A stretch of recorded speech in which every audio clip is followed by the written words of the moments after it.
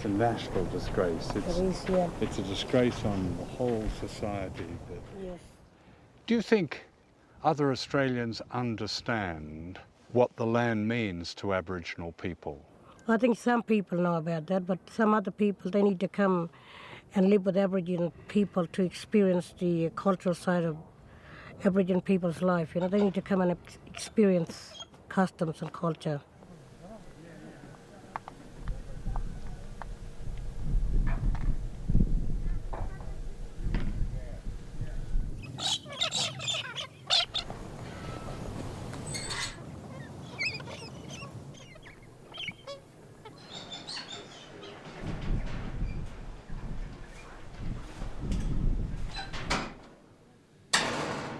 We've got the shower block here and there's no water in there. There's nothing, no water, it's not working. The water in the shower block's not working at all, is it? Because I think the tank's empty. Have you got any electricity?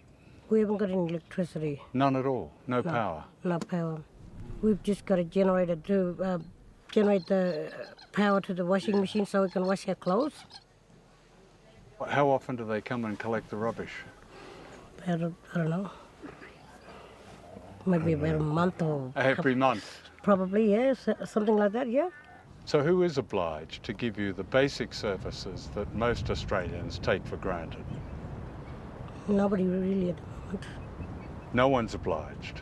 No. What about running water? Is there a tap that works? When it comes up to the tank there, it's leaking. It can't go up. And it's leaking down the bottom there, and there's no water in the tanks. So the tank is completely empty, and It's empty. it needs a spare part. They haven't done any service for these for years.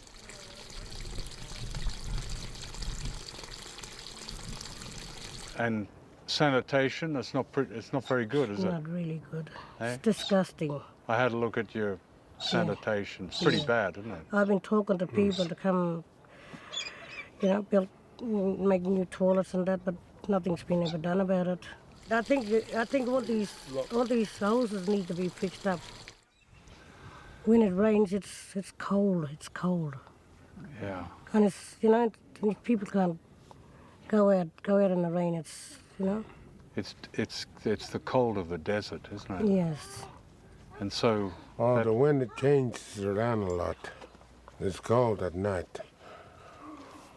When you're hot, it's midday. Yeah. Yeah. Yeah. That's when the wind changes. That cold affects mostly very young and the elderly, doesn't it? People, Yeah, elderly people, they're shivering.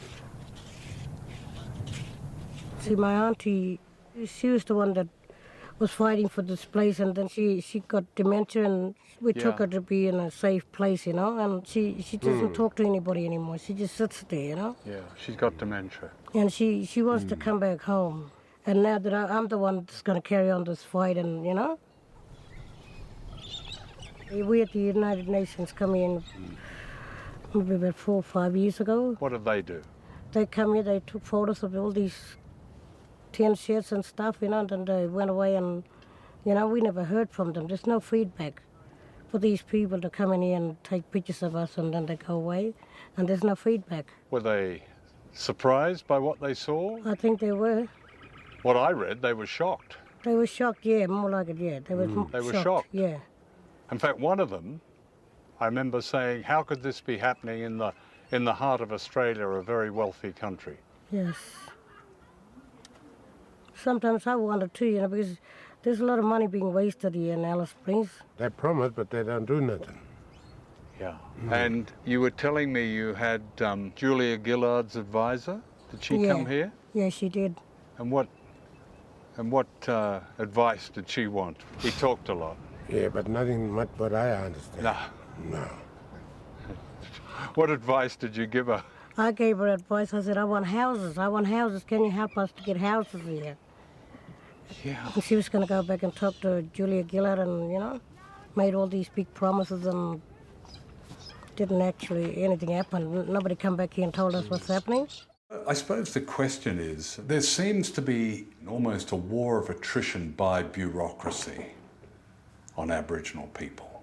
I guess the issue is that the current makeup of these social policies that not only stem from the federal level but also the Northern Territory level is that the government has complete control over Aboriginal people's lives. It is quite difficult for me as an Aboriginal leader in my position to inform the government that, you know, in certain areas this is not working. In reality, it's most probably gotten worse. That's pretty shocking in the 21st century that you don't have that authority, isn't it? It is pretty shocking. I guess the mantra of these policies is to divide and conquer, this collective arrangement that Aboriginal people have always had, both culturally, kinship, and the strength that Aboriginal people have had as one people and one voice. We've got our rights to live in houses, you know, to build houses and live in houses like everybody else.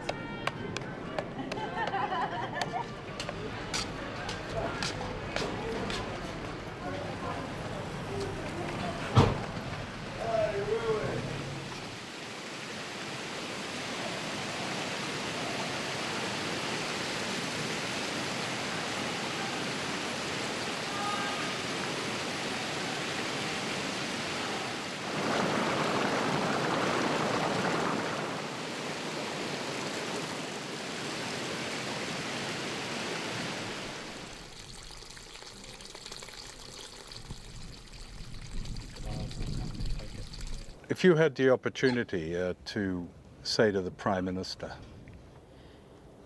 face to face, what would you say to her? I would ask her to come out here and spend the night here with us. Go and get wood out there. Go and get water to make yourself to have a shower, to go and make hot water for yourself, you know, and come out and live here and experience of the way that we are living. Yeah. Try and use the sanitation. Yeah, go and use the toilets, the pit toilets and that. Then she might know something about it. Yeah. What are your dreams, most of all? Most of all, I would like to have houses built here and get my families to come back here and, you know, live here. If you're living in a house, then you have a good life, you have a healthy life, you know. Yeah. You can turn the light on. Yeah. Go to make the toilet flush. Yeah. All those things. Yeah, those sort of little luxuries that we don't have here, no? You call them luxuries. Yes, we call them luxuries because, you know, at the moment we've got nothing here, you know?